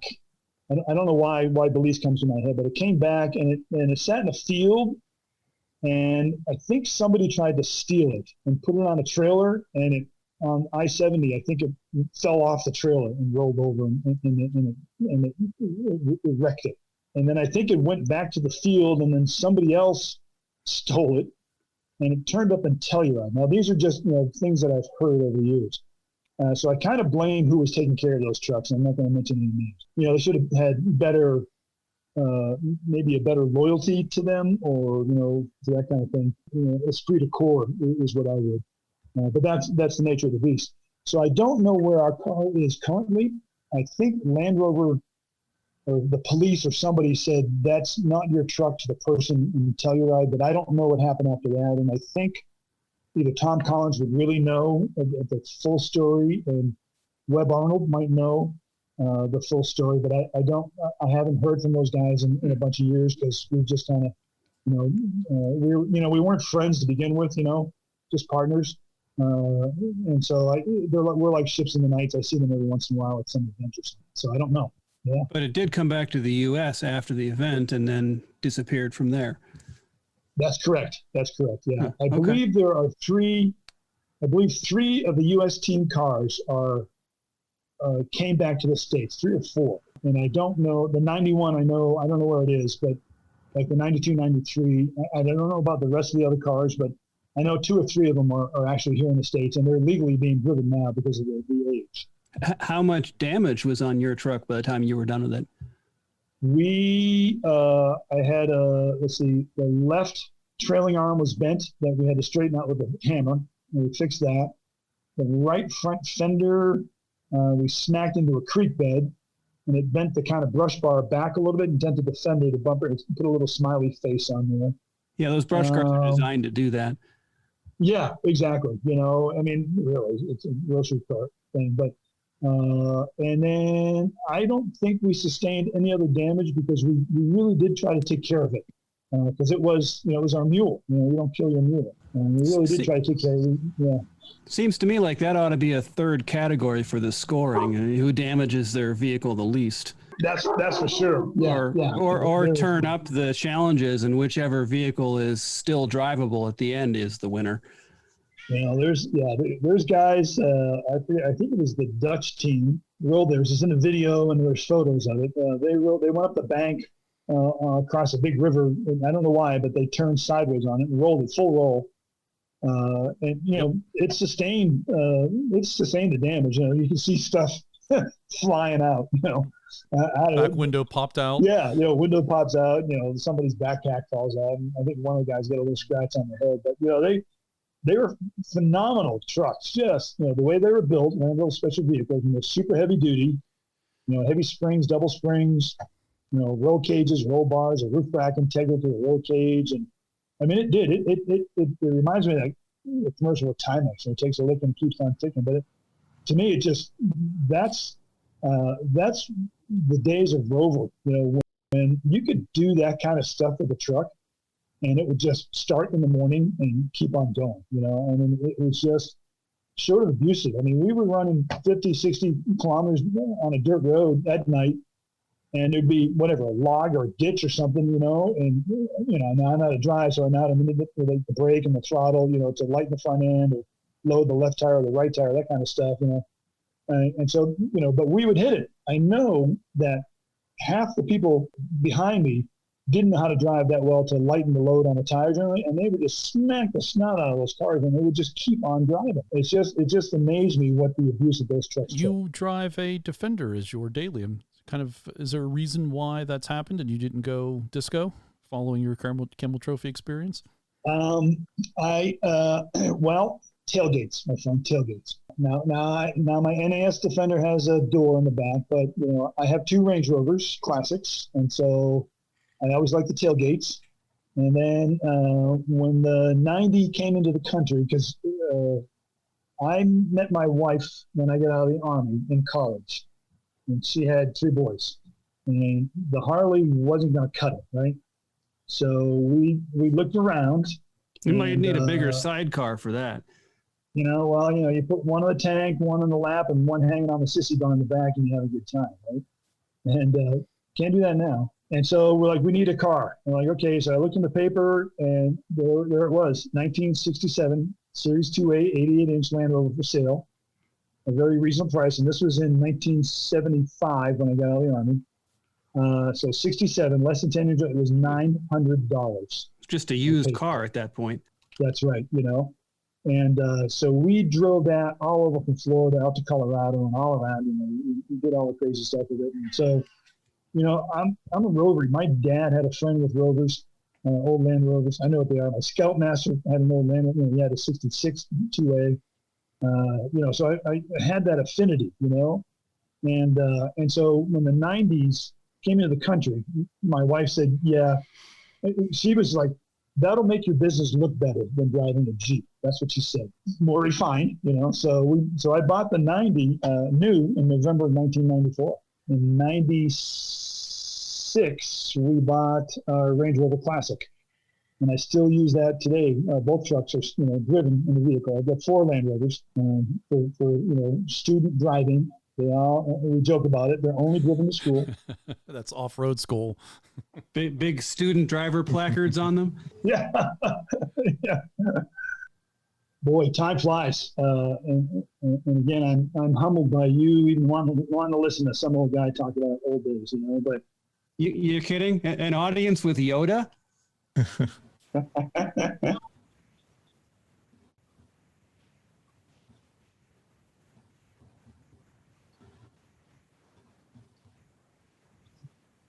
Yeah.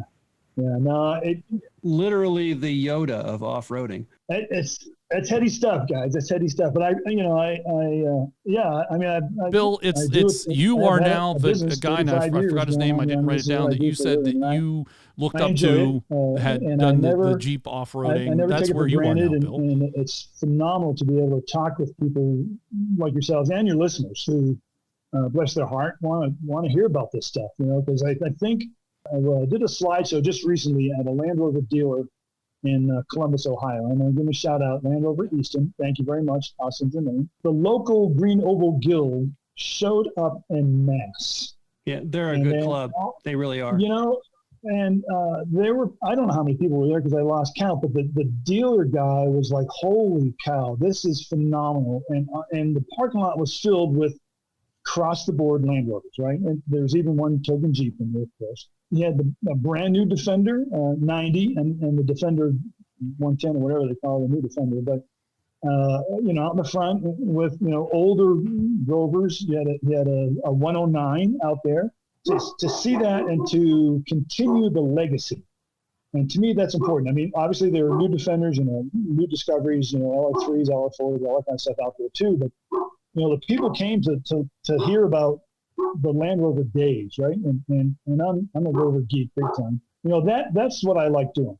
The club stuff and having like your listeners pay attention to what's going on with the legacies. I think it's ultimately important for that. Bill, I want to thank you very much for helping us to celebrate the 100th podcast of the CentreSteer podcast by giving us a deep dive as much as we can on CAMEL Trophy 1991. Absolutely my pleasure talking with you all. And to your listeners, thank you so much for letting the guy go down memory lane. And if you are not already a follower of Bill Burke, even if you are not going to take your vehicle off-road, you should still follow Bill Burke and what he espouses for off-roading and recovery.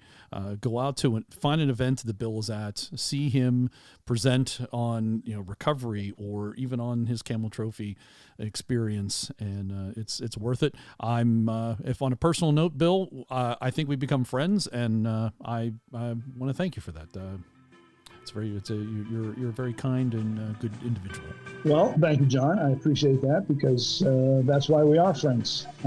Just to give you a heads up, I'm going to be at MAR, Mid-Atlantic Rally, this October.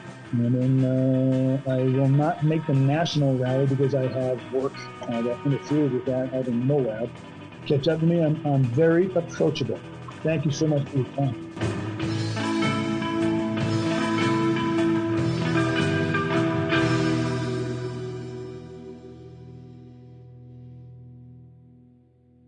100.